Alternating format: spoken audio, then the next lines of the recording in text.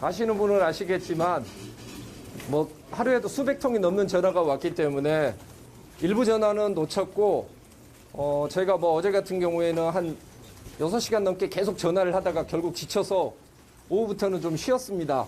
예. 기사들이 제가 보기에 나가면 제가 A, B, C를 이야기하면 어떤 매체는 A와 B를 이야기하고 어떤 매체는 B와 C를 보도를 하면서 결국 말이 다르다 뭐 이런 이야기가 나와서 제가 차라리 기자회견장에서 다 모든 분 앞에 이야기를 하는 게 맞는 것 같아서 기자회견 자리를 마련했습니다. 질문 받겠습니다. 의원이 오늘 뉴스버스 측에서 라디오 인터뷰에서 새로운 사실을 공개를 했는데 의원님께서 제보자한테 전화를 해서 이거는 중앙지검으로 하지 말고 대법으로 반드시 접수를 해라라고 얘기했다고 주장을 했습니다. 이에 대한 입장이 있습니다. 아니 제가 지금 이거에 대해서도 지금 정확하게 기억을 못하고 있고 이런 자료를 했다는 것도 기억을 못하고 있는데 그때 당시에 통화를 해서 그 사람과 무슨 이야기를 했다 그런 것까지 제가 기억을 하고 있지는 못할 것 같습니다. 만약에 그런 이야기를 했다고 하면은 그쪽에서 그만한 그 증거를 제시를 할 거라고 생각합니다.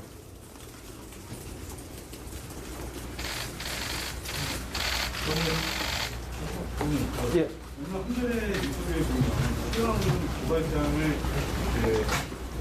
고발장님께서 쓴 게 아니다.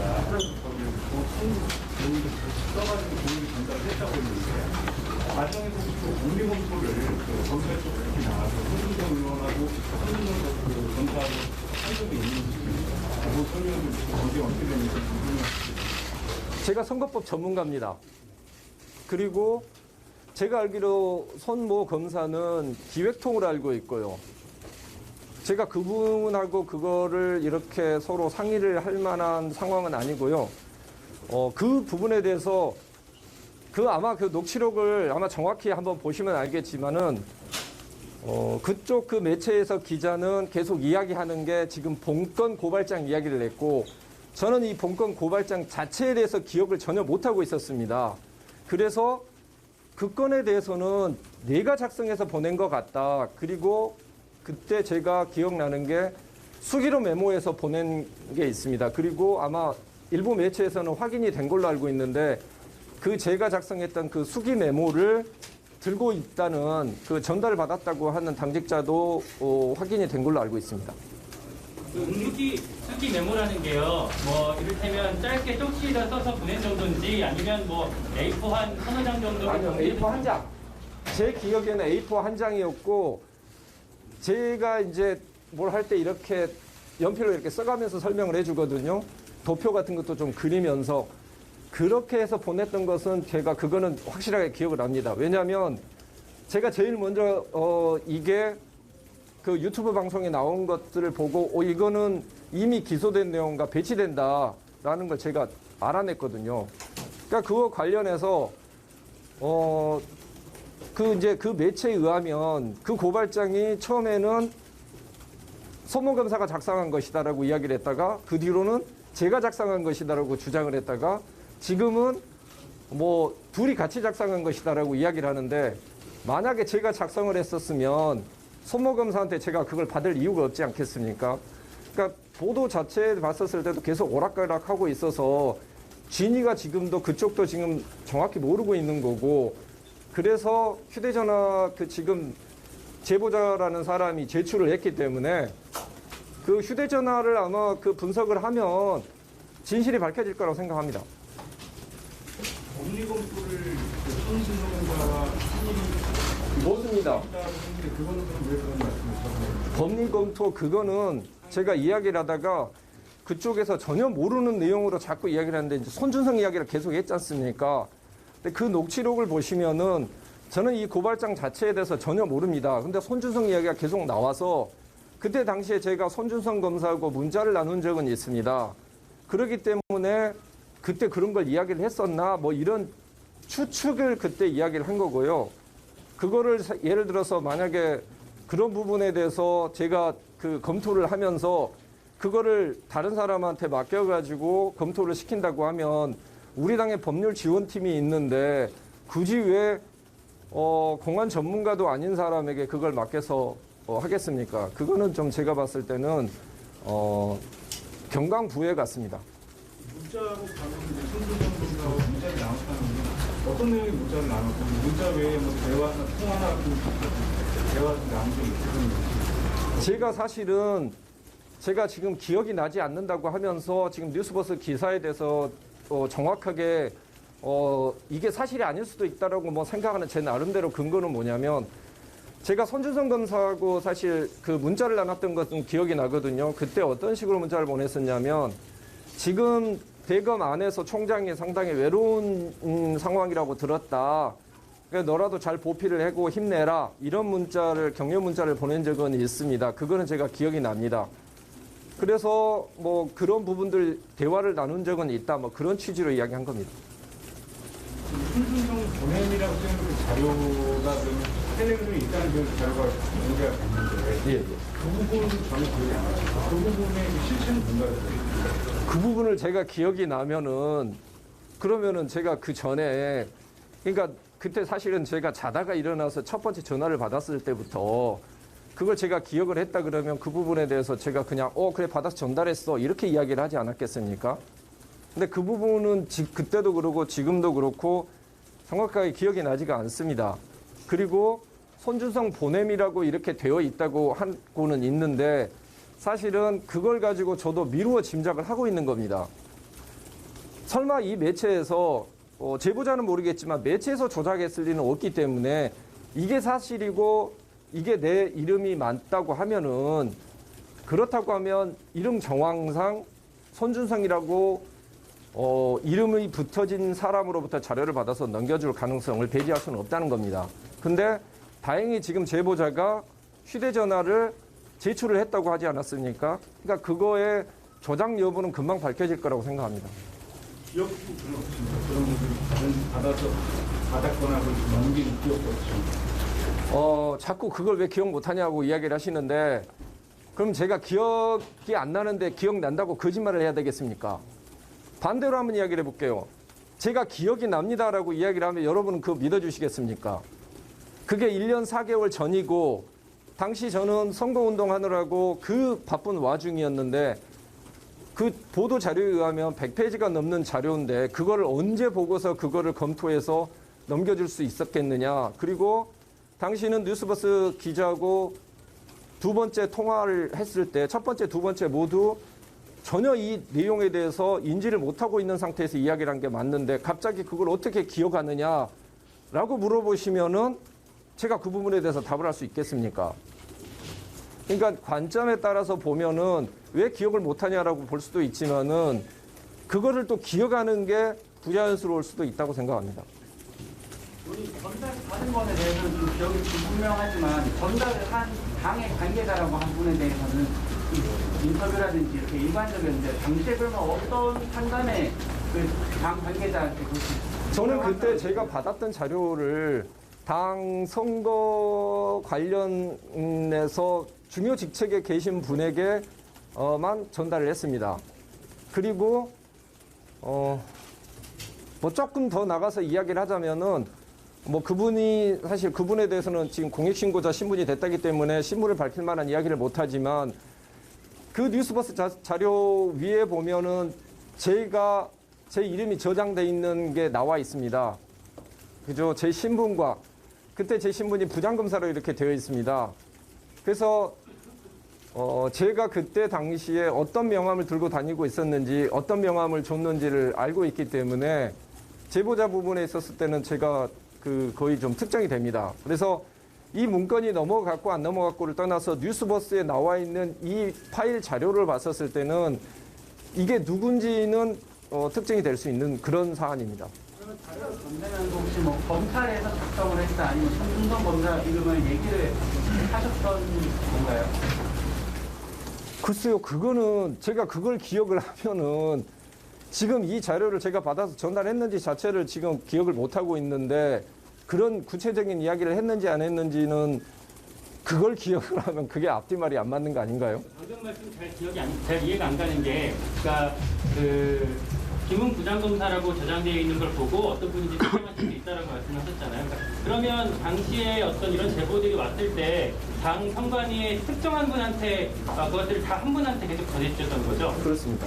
김웅 부장검사 사실 뭐 제 핸드폰에도 김웅 부장검사라고 저장이 돼 있는데 어떻게 그걸 특정하실 수 있는 건지. 저희 당에서 예를 들어서 제가 그 당시에 자료를 줄 수 있을 만한 사람이 한 두세 분밖에 없습니다. 그 창구는 거의 단일화시켜서 저한테 들어왔던 자료들을 다 전달을 했었거든요. 그러면 그분들을 제가 처음 만났던 시기들이 각각 다 다르지 않겠습니까? 근데 제가 법무연수원 그 명함을 들고 다녔었을 때 만났던 분은 한 분밖에 없습니다. 그래서 특정이 된다고 말씀드리는 겁니다.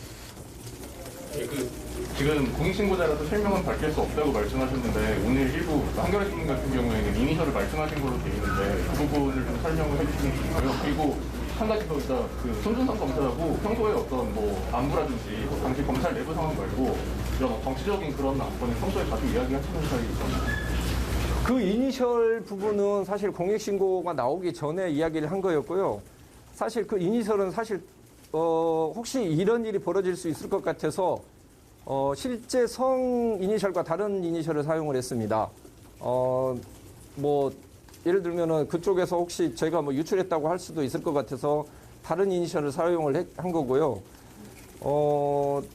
손준성 검사하고는 같은 동기이긴 하지만은 뭐 따로 둘이 만나서 같이 이렇게 술을 마시고 뭐 밥을 같이 먹을 만한 그런 사이는 아니고요. 그렇기 때문에 뭐 어려운 자리에 있기 때문에 격려는 해줄 수는 있습니다. 근데 그거 이외에 다른 이야기, 뭐 개인적인 이야기나 어떤 세상 돌아가는 이야기를 할 만한 그런 사이는 아닙니다. 그 의원님께서 특정하시는 그 제보자라는 분이 예. 특정 캠프 소속이라고도 그때 말씀하신 걸로 알고 있는데요. 예. 지금도 그거는 그 생각은 동일하신가요? 공익제보자 신분이기 때문에 제가 더 이상은 말씀을 드릴 수 없지만 나중에 밝혀지면은 제 이야기의 진위도 확인이 저절로 될 거라고 알고 있습니다. 예. 그렇다면 의원님 그 관계자는 왜 이거를 제보했다고 판단하시나요? 그분이 밝혀지면 그분 신원이 밝혀지면 제보 경위도 아마 밝혀질 거라고 생각합니다. 이 일이 벌어지게 된 경위도 아마 이해가 될 거라고 생각합니다. 좀 더 구체적으로 그래도 생각하시는 부분이 있으실까요? 아, 그건 추측이라서 그 추측을 말씀드리기는 어렵고. 예. 혹시 의원님 그 제보자라는 분이 뭐 추미호 캠프에 있다고 보시는 건가요? 그거는 너무 나가는 것 같은데요.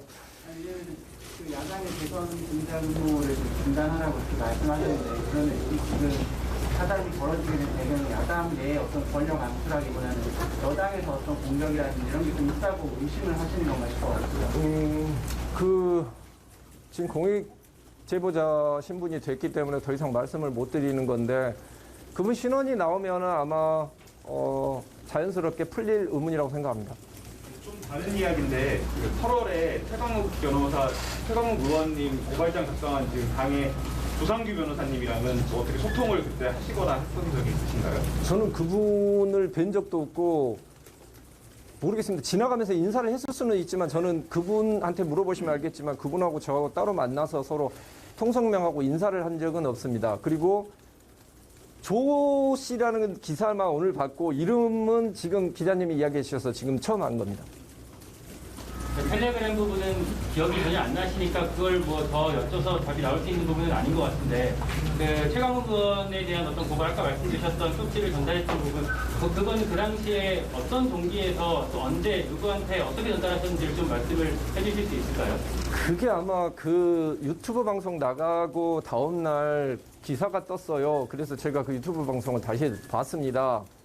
근데 제가 그전에도 분명히 그 아드님, 조 모 씨의 아드님의 그 인턴 관련해가지고 기소가 된 걸로 알고 있는데 아니라고 이야기를 하더라고요.